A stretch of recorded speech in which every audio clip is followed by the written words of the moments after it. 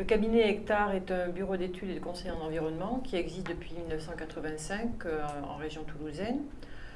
Donc nous sommes un bureau d'études et de conseil auprès des collectivités, des entreprises privées pour la réalisation d'études réglementaires dans le cadre de projets divers et variés, donc d'impact sur l'environnement.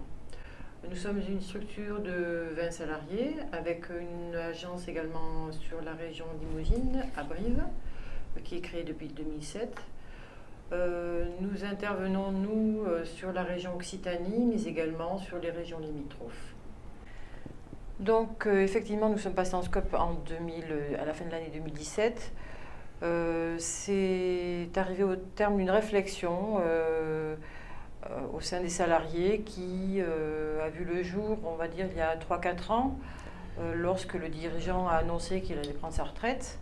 Donc il y avait la possibilité d'être racheté par une entreprise concurrente, auquel cas ça mettait en danger une partie des salariés, hein, puisqu'on sait que lorsqu'il y a des rachats, c'est compliqué et que tous les salariés ne sont pas forcément gardés. Donc nous avons eu un premier contact avec l'URSSCOP qui a été initié par l'ancien gérant, Pierre Audifrin. Donc cette solution a été présentée à l'ensemble des salariés au début de l'année 2017. Il y a eu des réfractaires avec beaucoup. Ce qui a été compliqué, c'est qu'il y a eu des réfractaires avec une certaine inquiétude sur la nouvelle gouvernance, ce qui a fait que qu'une partie des salariés a décidé de s'engager dans ce processus, d'investir, du moins. Donc nous sommes aujourd'hui 9 sociétaires sur 20 salariés. D'autres salariés qui vont entrer ultérieurement seront contraints d'adhérer, mais pour du moins la transformation, seulement 9 ont décidé d'investir. Ce qui a été simple, c'est que nous sommes une entreprise, nous sommes une équipe qui travaille ensemble depuis plusieurs années. Donc on avait effectivement l'inquiétude du transfert de la gouvernance, hein, puisqu'on était sous la gérance de Pierre Audifrin pendant plusieurs années. Mais ce qui a été facile, c'est que ce dernier, il a quand même invité les responsables de service à participer à un comité directeur depuis quelques années, ce qui a permis à ces responsables de service de s'approprier un peu la gouvernance. Et puis par ailleurs, nous avons une équipe qui travaille, comme je vous le disais, qui travaille ensemble depuis plusieurs années, et donc il n'y a pas eu de cassure, il n'y a pas eu de rupture sur l'activité. Voilà. Alors on va dire que 2 ans après, nous sommes plutôt satisfaits de ce choix. L'année de transition qui a été l'année 2018 a été une année un petit peu rude, hein, parce qu'il a fallu s'approprier, il a fallu que chacun trouve sa place, que l'on se fasse confiance. Et aujourd'hui, nous avons de bons résultats.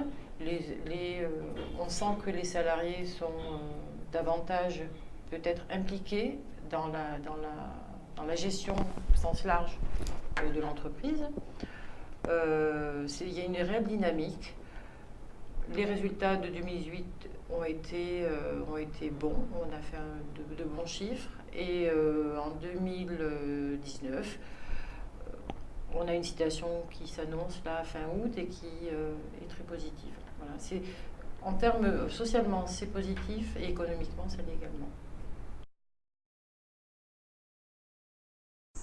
Alors sur la question du combien, il n'y a pas de limite, rien ne s'oppose à ce que toute entreprise puisse être reprise sous forme coopérative. Après, il y a peut-être des questions particulières sur le mode de financement, du rachat, etc. Mais en tout cas sur le papier, et théoriquement, rien ne permet de dire qu'une coopérative ne peut pas passer sous forme coopérative. Il y a des entreprises qui ferment faute de repreneurs et qui auraient pu basculer un scope. Tous les jours, vous avez des petites entreprises sur notre territoire qui ferment, faute de repreneurs, mais parce qu'aussi les cédants ne pensent pas nécessairement le salarié. Les entreprises sont comprises entre 3 et 7 salariés. dans un endroit un peu isolé. Donc c'est vrai que ce n'est pas des choses auxquelles on pense naturellement. Lorsque les dossiers nous viennent, comme un boulanger avec 3 personnes qui a pleinement sa vie économique sur son petit territoire, les reprises se font simplement, mais encore faut-il que l'info circule. Dans le cadre d'Hectare, vous êtes intervenu à partir de quel moment? Ce sont les salariés qui vous ont contacté, c'est le dirigeant? Les deux en même temps, avec deux approches différentes. D'un côté, les salariés interrogés sur pourquoi le propriétaire veut nous vendre sa société, et le propriétaire interrogé sur comment je pourrais transmettre mon entreprise aux salariés. Sachant que lorsqu'on vend une entreprise aux salariés, le premier réflexe des salariés, c'est quand même d'émettre un doute. Pourquoi nous? Ce qui doit être naturel d'une façon générale.